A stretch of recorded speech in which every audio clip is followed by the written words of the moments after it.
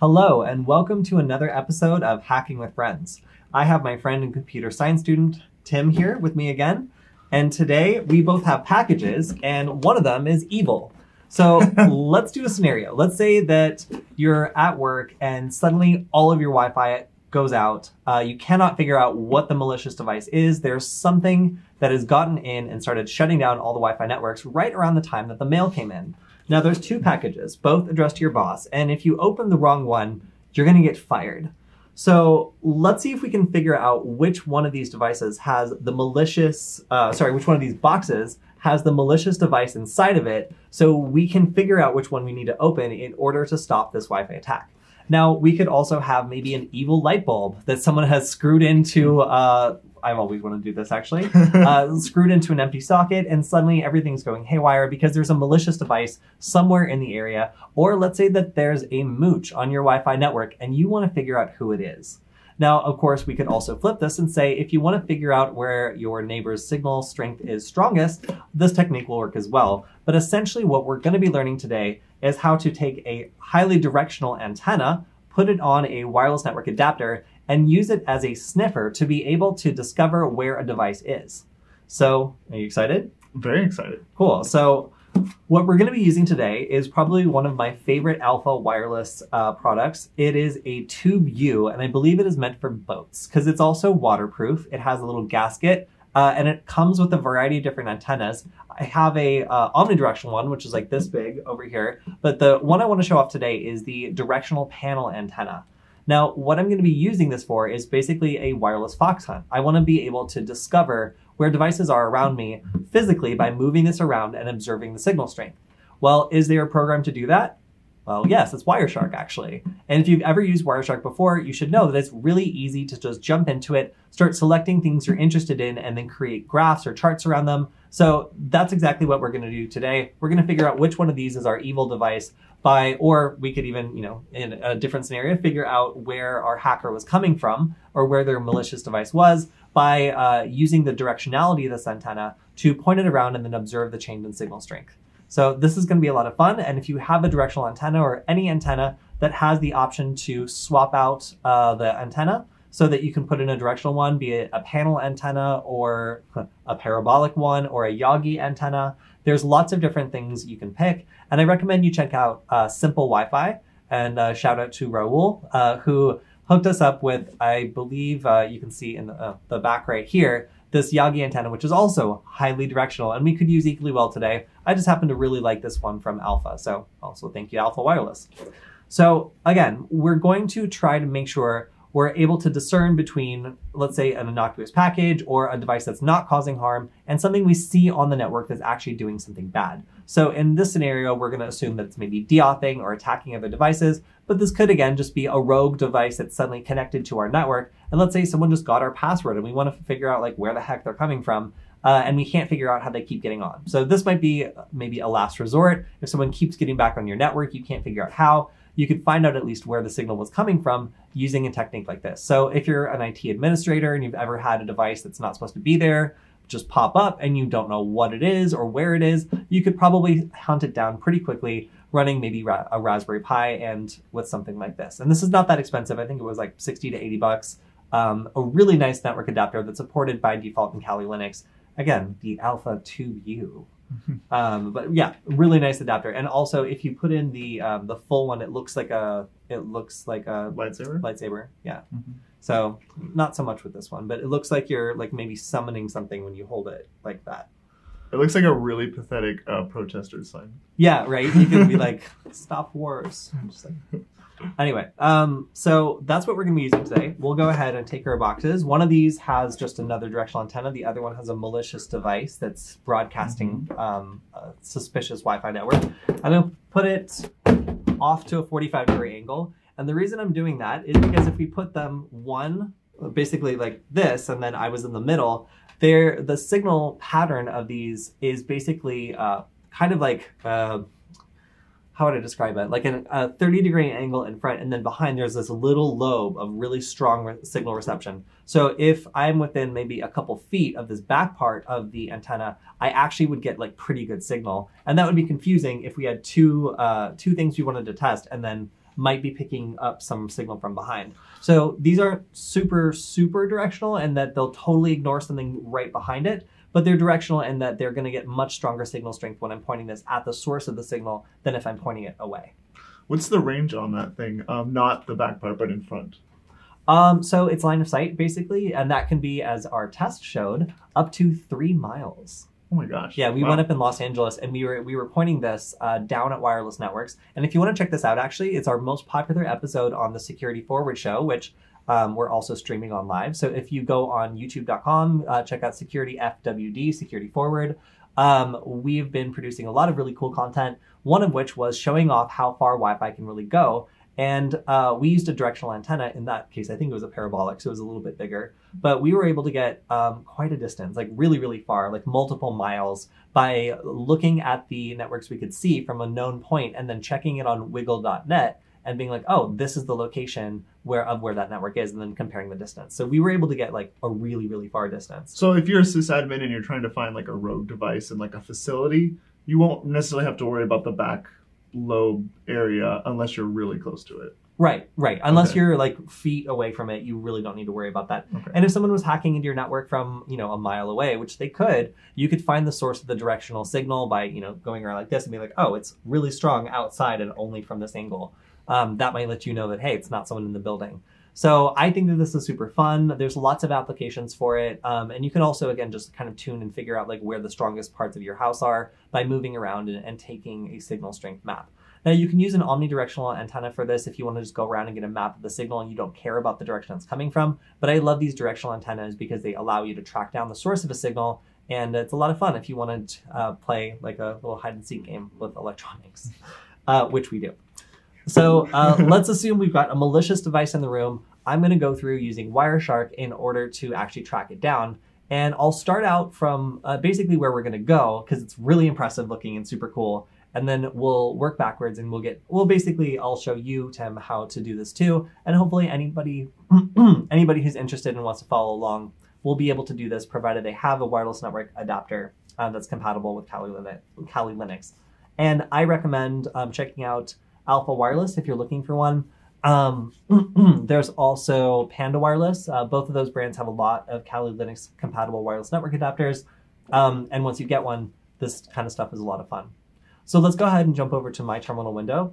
I have this graph open in Wireshark, and what I'm doing here is actually graphing the signal loss. So here you can see that we are over 60%, and I basically put this flat against my leg, and it's absorbing all the signal, so we're getting a really terrible signal. Now what we're going to be doing here today is, and also we can switch over to whatever type of graph we want. So if we want to see a bar graph instead, then we can do that too. Now I'm going to also show off the impulse graph, which looks a little thin. I don't really like it. And we can also do the line graph, which looks like this. So I'm going to switch it. I'm going to switch it over to, I like the dots. They're great. So I'm going to point this over at one of the two packages, and you guys can't see which one I'm pointing it at, but you can see that the signal increases a little bit from at least just having it pointed directly at my leg. It goes up to, like 55, and then it kind of averages off and plateaus. And we're stuck at around 50. Now, if I pass this over to Tim and he's going to point it at the other package, then we can see that suddenly we are dramatically shooting up, and we have our best ever signal, shooting way up, way further than before, meaning this is almost definitely 100% the package containing the device that's creating this Wi-Fi network. So we can see that this is like less than 30-something% signal loss. So that means that we're really just basically right on the source of the signal. So this is how we're going to be able to discern when we're actually pointing our directional wireless network adapter at the correct target. All right, so let's go ahead and reverse engineer this and get Tim up to speed with how we can do this using our wireless network adapter. And I'm going to go ahead and stop Wireshark, and we'll go through all this stuff after I quit. Cool. All right, so I'm going to enlarge this a little bit, and I'm going to stop this as well. So starting from complete scratch, let's say that you have a wireless network adapter, it's Kali Linux compatible, and it's plugged in. I'm going to type ifconfig, and I can see that mine is currently in monitor mode. In fact, I'll make this even bigger. And the reason we can tell it's monitor mode is it has a mon at the end of it. And for anyone just following along, I'm in Kali Linux and Tim is in Ubuntu. So if you are running Ubuntu and you want to do some of this cool offensive stuff, then you are free to do so. All right, I'm going to type ifconfig, and then, I'm sorry, I already did that. I'm going to put this back into just regular mode. So I'm going to use a program called airmon ng stop WLAN 1mon. And now my wireless network adapter is back in its regular mode, the same way yours would be. I can connect it to a wireless network, but that's, not really what we want. So, all right, now I'm in the shoes of a sysadmin.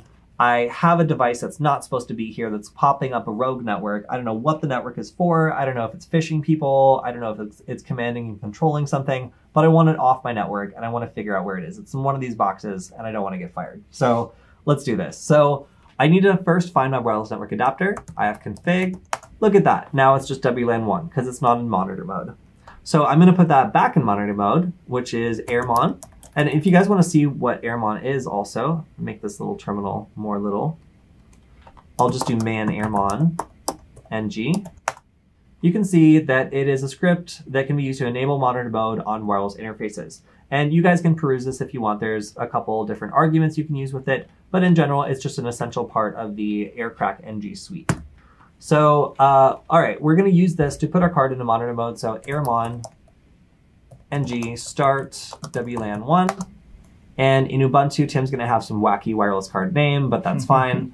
And if I type ifconfig again, now that I've run that command, I can see, boom, it's back in monitor mode. Now, what does monitor mode mean? Well, as soon as I put this into monitor mode, I can see other devices and other packets that aren't destined for my computer. Meaning that if there's traffic going on around me that's not specifically for my device, my card is now in a mode where it's able to receive that, which is exactly what we need to do packet sniffing. All right, so we're going to go ahead and start looking at what's out there. So I'm going to type aerodump ng. This is a program, why don't I just man aerodump ng. So aerodump ng is used for packet capturing of raw 802.11 frames for the intent of using them with aircrack ng. So the intent is really here to be able to actually crack handshakes that are collected, but we can use it to basically control the wireless network adapter for Wireshark.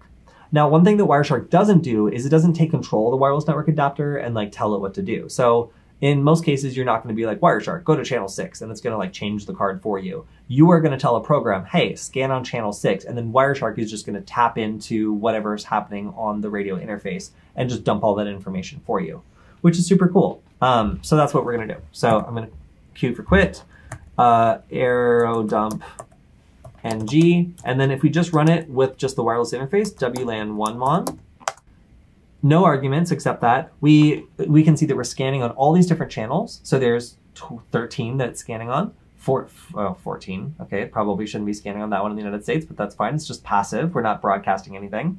And here we can see our strongest signal strength is something called nothing to see here. Highly suspicious. So I'm going to press Control C, and the problem is we're skipping all over the place. So if I were to open Wireshark right now, we would be scanning on every channel, and frankly, we would be getting things on, 11 or 12 different channels that we don't care about. Here we can see that there's things on channels 11, 1, 6, 11, 1, and 6. And that's pretty much because these are the only channels that don't actually overlap if you look at the spectrum that they're on. So here, if we want to pick the correct one, we can see it's on channel 1. We need to add some arguments. So I can press Control C for a channel and then 1, and that'll make it so we're only scanning on channel 1. And that's great, because if you look at the difference, look at how many beacons are coming in for nothing to see here.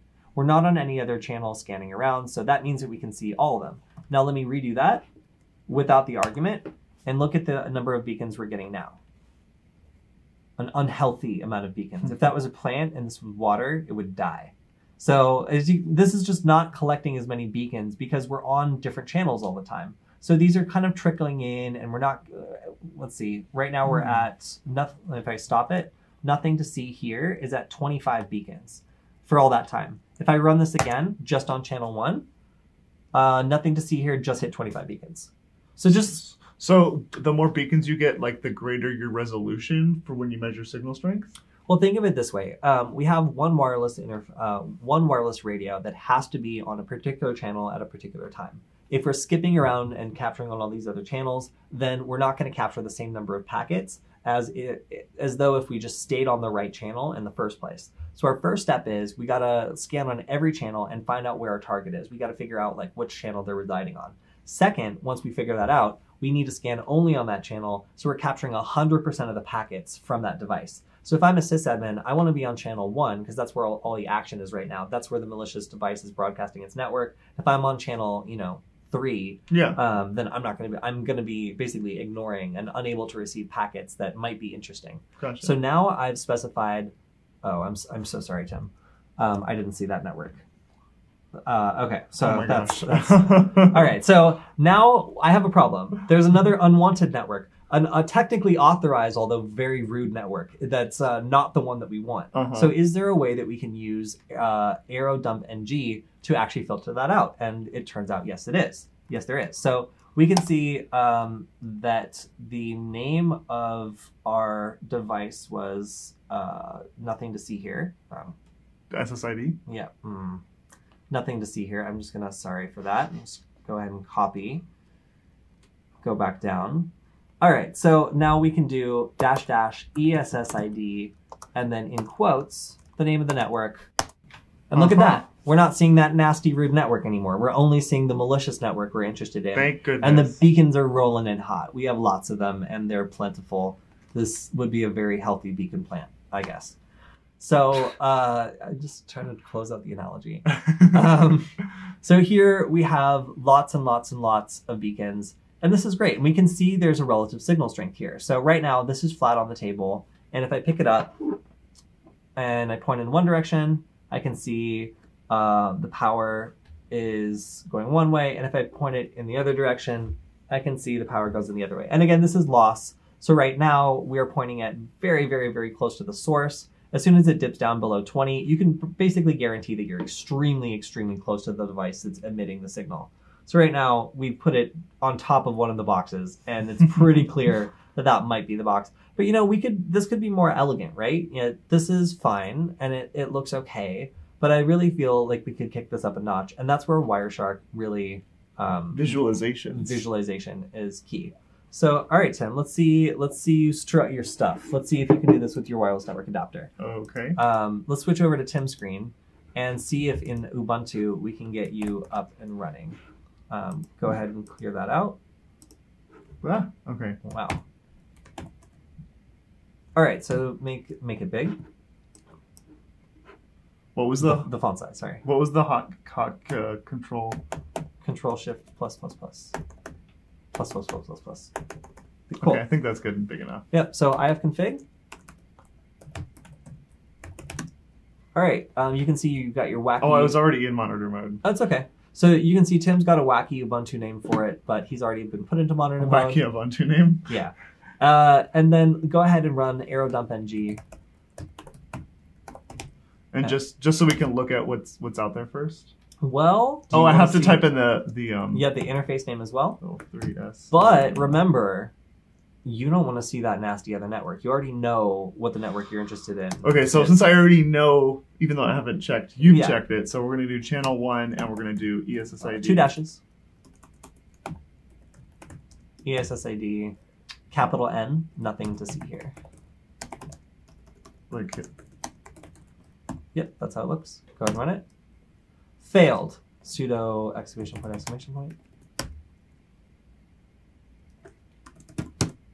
Hey, cool. All right, cool. So you're caught up. You see what I see, and we're not seeing a bunch of extra stuff we don't need to see. Or anything rude. All right. Enough with the production gremlins trying to punk Tim. All right. So we've got now an ideal situation when it comes to monitoring. We can see this, but it's not visualized. It's not pretty.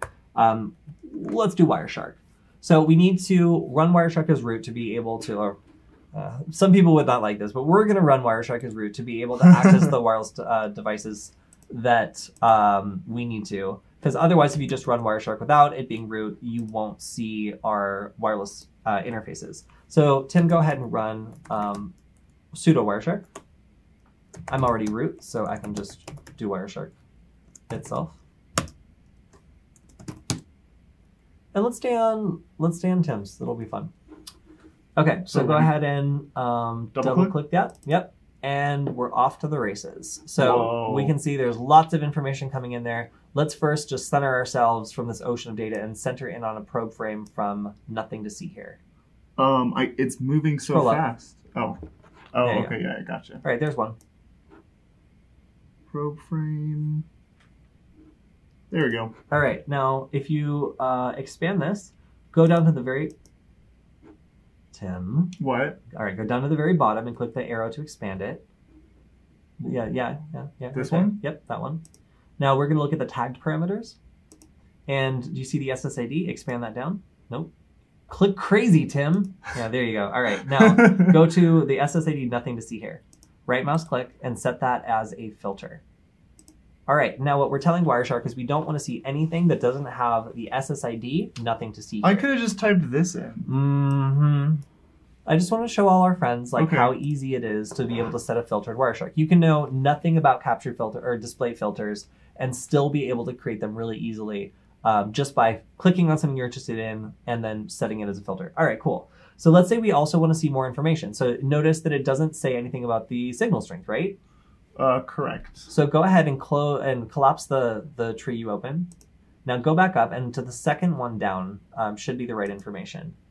If you scroll down, you should see frequency and then signal strength. Antenna signal. Yeah, sure. Is that what we want? Yeah, why not? So right mouse click it, and then you're going to go to copy, and then you're going to copy field name. Okay. I hope this works. All right, cool. So now go ahead and go to analyze. All right. And then, well, that was wrong. So go to statistics. Okay. An IO graph. Cool. All right, so we have some stuff that's automatically enabled. Go ahead and create a new one. Great. Now we're going to unselect the other ones. All right, now we got nothing. Just delete them. Yeah, you can delete them. Okay, so first we're going to put in our display filter. So if you want to copy that. Oh, no, don't copy. Weak. Yeah, you want me to just recopy this now? No, you just copy. You already copied that one. So go ahead, go back to and paste that in. Try exploding your window with the Windows key. The OS key. There. All right, so go ahead and paste that in the display filter. Yep. All right. Still not seeing anything, but that's fine. And then let's go and select the field that we were looking at before. Okay, so we're going to go Antenna signal. Antenna signal. That's what we're interested in. Copy field name. Field name, yeah. Go back here. Yeah, and put that in the Y field. I'm not sure if this is going to work, but we're going to try it. And then change the Y axis to sum? Yeah, sum. Okay, well, we might need to zoom in a lot. Also try enabling it. Oh yeah, that might help. Yay! Okay, cool. So now what are we doing? We're graphing the signal strength. And Tim is just using his internal card. So if he were to pick up a box maybe and bring it closer. Would we see any change? Perhaps. Yeah, sort of. Yeah, it is. Yeah. So we see a bit of a change there, and then if you, I'm gonna change mine to dot. Oh, you gotta click out of it. Oh. Whoa. Oh boy. All right. I don't know if I like it. This. Why? Also, why is the y-axis all these big numbers? Shouldn't signal strength between 0 and -100? You would think that, and that's where you're wrong. Am I wrong? Listen, I don't know how decibels work, okay? Okay. It's starting, I mean, okay, let's move this away. There is a statistically significant drop. Yep. Drop. Yeah. So if we're looking at this graph, you can see that it plateaus. It goes up like a little mesa when you picked up the box and brought it closer to you. And then if I were to bring this other box, I'm sure we would see no reaction. So Tim's using an omnidirectional antenna. It's not directional at all. Go ahead and change it to line. Yeah, yes, please. Let's change it to line. Do you want to average I mean, let's change it. Yeah, let's change it to bar, and then let's change it to a 10-second interval. There we go. It's looking much nicer now. Yeah. Yeah. Okay, so was this our mesa right here? Yeah, so I'm gonna our mesa. go ahead and grab the package again. I'll grab the other one. All right, so we have two packages. I'm gonna put mine behind me, and Tim has the other package on top of his computer, and we can see that there's actually. Let's clear the graph, and the way I'm gonna do that is I'm gonna just close, put the package away, stop, start, continue without saving. Oh boy, okay. Statistics, IO graph, and we're right back where we were. Only with, fewer bars. But many steps. But many steps. An interval, 10 milliseconds.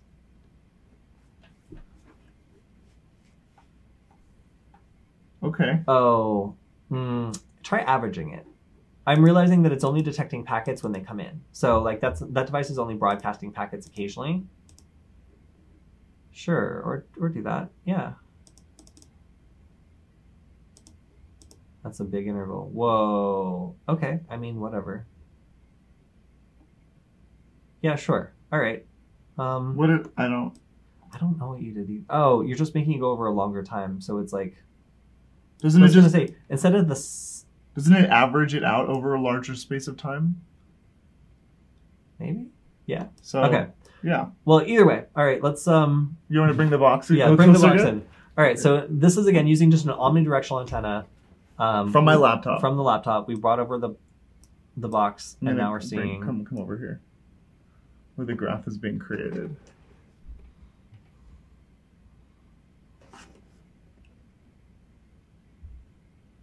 All right, let's keep it there for just a second. Now let me see it. I'm going to take it away.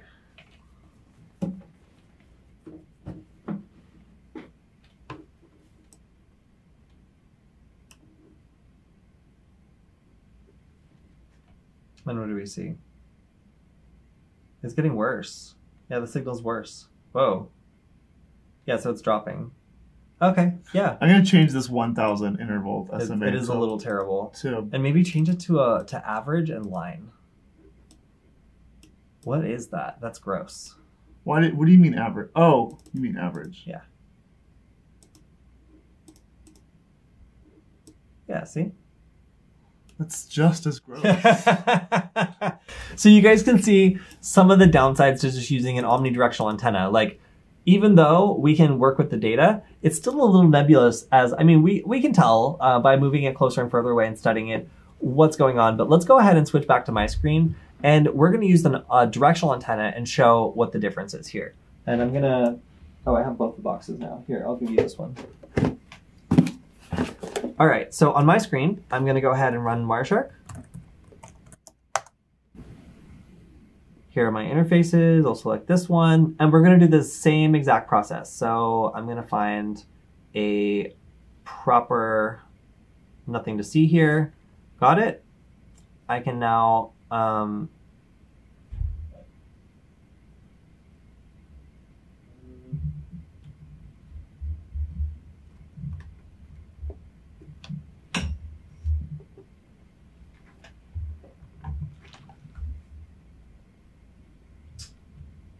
on your end.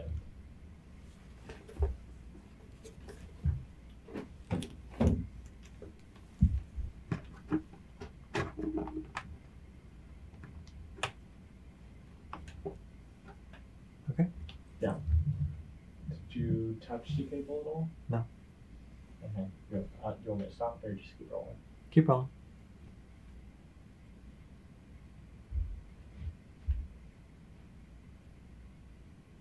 All right, now here, what I'm going to do is go to the last section, look at tagged parameters, and select the one I'm interested in. So I'll expand the tag, SSID, nothing to see here. Right mouse click, apply as filter, and then selected.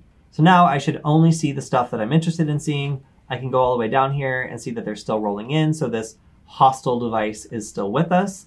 And let's see, I'm gonna stay at the bottom. Like that. Yeah, okay, cool. So we can see they're still rolling in. And we can also see information like the signal strength. If this wasn't displayed, we could go ahead and go to where it is offered and the second one down, and we can select that information, right mouse click it, and set it as one of the columns. So if I select antenna signal, I can right mouse click and apply as column. There we go. And we can see there's a pretty much one direct relationship between the antenna signal and the signal strength. They are the same. There are some other variables in here which are a little different. So for example, you can get into some of this where it creates an inverted graph, which is a little bit, just looks a little nicer, but I'm not gonna take a look at that too much today because that's nuanced. So I'm gonna right mouse click.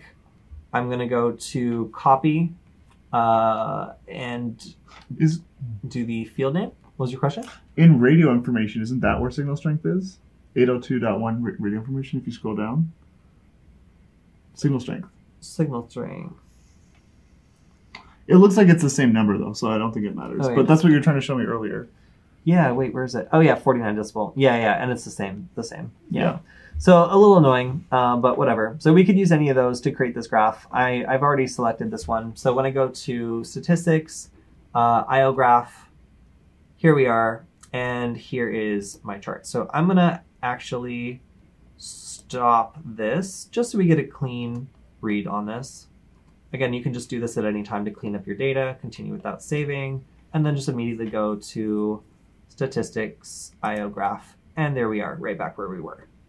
So you can see that I'm running basically the same filter as before. I'm using the same signal strength, WLAN radio signal dB. I believe I can also use, is that this? Oh yeah, I can use the antenna signal, and they are the same. Yep. Mm-hmm. Okay, so then I'm averaging this. It's a dot. I'm going to change it to a line. And here we are. So it's flat. The antenna is flat on the table right now. Let's go ahead and see if we can ferret out exactly what's going on.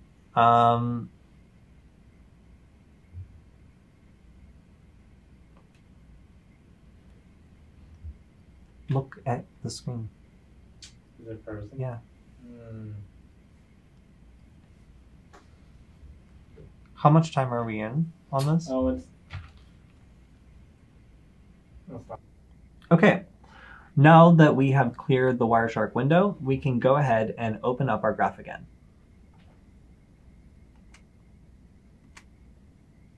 All right, so there's not a lot here yet, but just sitting on the table, we're not going to get a lot of variation. So if our malicious device is in the room, then we're probably not going to learn it just having our directional antenna sitting here, not pointing in any particular direction. So what we're going to do is let it average a little bit so we can make sure that there's not going to be too many spikes. We can see this is generally between 56 and 55. And then I'm going to point it, I'll just bring it up and see. Packages are, where are they? They're both, okay. Behind us on the floor. All right. So I'm going to move this one over here, back to where it was. You can move that one over there. And I'll bring this up and just kind of bring it so that it's pointed at neither of them. And you can see immediately the signal improves because it's not pointed straight down at the table. And then it kind of reaches a plateau at about 45%. All right, so it looks like it'll bounce around a little bit and stick around between 45 and 47. Okay, so we have our average. Now we have a baseline and we know roughly what our signal looks like for this malicious network if we're just pointing it in no particular direction. But now we have our two suspect packages. So I'm going to go ahead and give it to Tim to point at one of them. So now we've moved our antenna. It's now basically on top of one of the boxes. And we see actually the signal's getting worse. So obviously, oh wow, it's getting much worse. Much worse. Okay, the signal's gone. All right, so we can pretty much rule this out. We are getting actually a worse signal than we got on the table. So that means that we're really pretty sure that the signal is not coming from this source, because even though it's peaking back up just a little bit, it's nowhere near even our baseline rate. So let me go ahead and grab that back. Here you go. All right, so now we're going to place this on top of our suspect box number 2 and observe the result. Whoa. Whoa, and we're getting the best ever signal we've ever gotten. Much, much, much stronger than just pointing it at nothing. And this is really the result we would be missing if we had an omnidirectional antenna.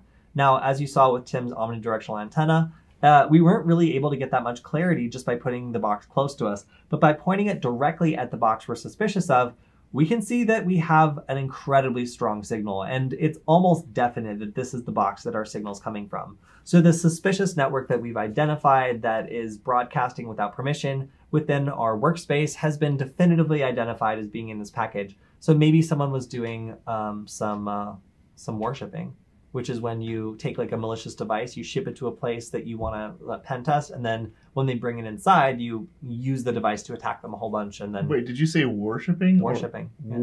Worshipping? Worshipping.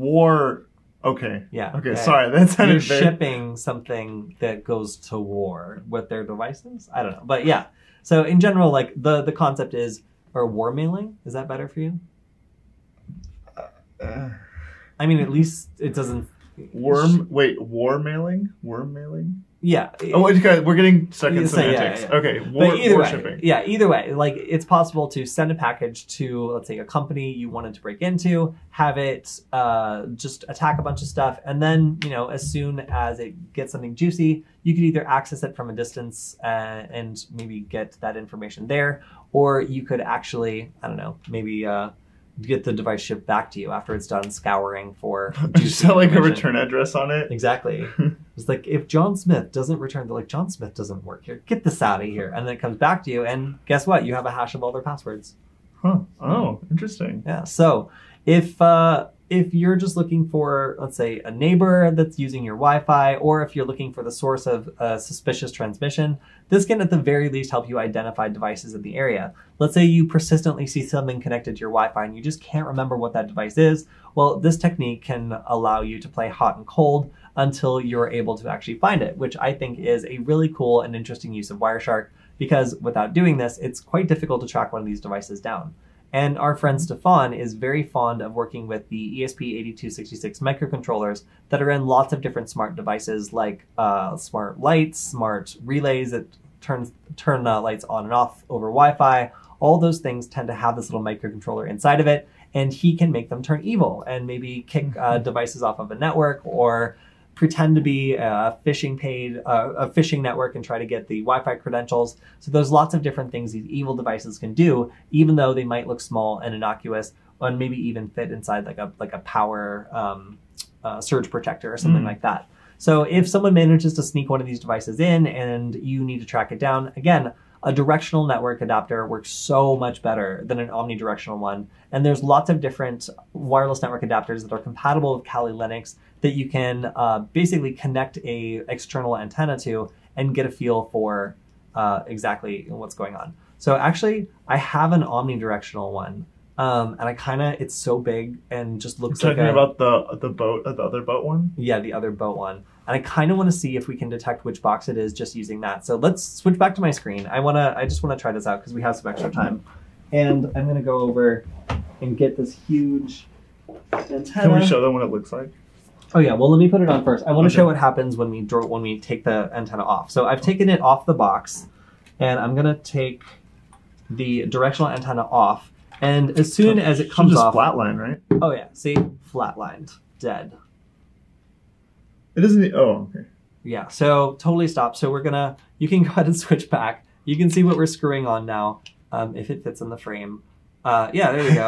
All right, so we have a giant omnidirectional antenna, and as soon as it comes on, then our signal strength rockets back up, and it's looking a little bit better. And the hard thing is this is creating a really big kind of like donut-shaped signal pattern. So we're going to have to try to discern which box is the correct box just by holding this proximity. And now you can think of this almost like a wand or whatever, where you're just like, all right, buddy, like, looks like one. where are you hiding it? Whoa. Yeah. So like, if we switch back to my screen here, we can see that the signal strength is kind of averaging out around between 50 and 60% loss. And if I'm going to bring it over to our suspect box number 1, I'll basically just place it right on top. And we can see, hey, we're getting a pretty good signal. So this actually isn't totally impractical. If we already know where the device might be, we're getting a pretty strong signal. You're getting a better signal than. Well, I mean, the thing's huge, and it's That's true. it's right next to it, so that helps. So then let's pick this up and move it over to our other suspect box, just to make sure it's not a fluke. And immediately straight into the dirt, our signal strength becomes terrible. So 2 different approaches here. One is if we already know where the source might be, we can just attach a omnidirectional antenna and just kind of wand either one of these and just see like, all right, like, is this going to produce a spike? Like, is this something where we're really, really close, or are we not quite there yet when it comes to finding it? So an omnidirectional antenna is like hot, cold, whereas a directional antenna is more like a compass. Yes, that is exactly how I would describe it. So if we were to switch this back to a directional antenna, then we would have the ability to, maybe just go in a circle and figure out where the biggest signal spike is, then go in that direction and do it again. Mm-hmm. And through and the hone process, in on it eventually. Exactly. And the process of doing that becomes much more simple. Whereas, this is just, is this stronger than the last place I was standing? Right. So It's you, not- yeah. yeah, You don't so- necessarily know where or what direction it is or where it is, just if you're close or not. Yep, so through this, we can obviously see which box is the one that has the suspect device. The signal strength gets way stronger right here when we had it on box A. So we know that box B, which is basically the same as baseline, is almost definitely not what we were looking for. So we're not going to get fired. We know which box to open, and we know definitively that the evil network is coming from this box that was shipped to our boss, who will be happy that we were able to determine it was in fact an attack device that was going haywire on our network. Cool. There you go. All right. Yeah, so today we were able to do a lot more with Wireshark than most people might be comfortable with, but by getting in there and just trying something new and trying to determine the physical location of a device rather than just digging into packet data about maybe, I don't know what type of packet it is or whatever, is a lot more practical for people who maybe have a device that's on their network that they don't recognize, or, otherwise just want to identify the physical location of something. So these wireless network adapters are powerful and cool and relatively cheap. So if you're interested in getting into this, again, I recommend you check out maybe an Alpha wireless network adapter that's compatible, especially one that has the ability to actually have a removable antenna so you can put different ones on. Because it's a lot of fun to try out, like maybe a panel antenna versus an omnidirectional antenna versus like maybe a Yagi antenna like the one we have behind us, and just see the differences. Although, if you do get one, it doesn't necessarily have to be waterproof and for a boat. I just really like that, and I think it's powerful, and if I were to be surprised, I could defend myself with one. So lots of advantages, but I mean, if you want a smaller one, there's lots of smaller ones out there. I think the PAU 06 is a little one that looks like a USB stick. So if you just want to be in a coffee shop, it looks like you're transferring files over to a clunky USB drive while you're actually hacking Wi-Fi or detecting a signal strength. That one works really well. The PAU 09 also does. But yeah, lots of cool stuff out there if you want to get started with this. And if you like this series, if you like us doing some of these like fun Wi-Fi tricks, please let us know in the chat. We're there live. We're answering. We record these just a little bit before because our signal strength is terrible out here in the middle of nowhere, but we're here to answer you. So if you've noticed that I'm responding to you when I'm also talking to Tim, that's fine.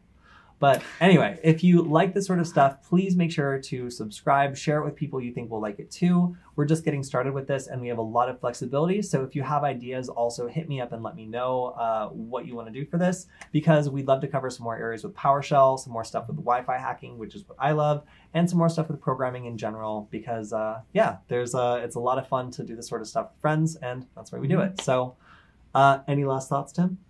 No, I just think that antenna is ridiculous. It's perfect. It's perfect. All right. Thank you guys for checking out another episode of Hacking with Friends. A big thank you to Varonis for making this possible. If you want to check them out, they have a wonderful cyber attack lab where you can see how hackers like us can get caught as soon as they break into networks. And if you have a bunch of data secure, you should definitely consider them because they can do some amazing things when it comes to catching attackers breaking into files that they shouldn't be. I think that's all we got. Thanks, for today. Varonis. Yeah, thanks, Varonis.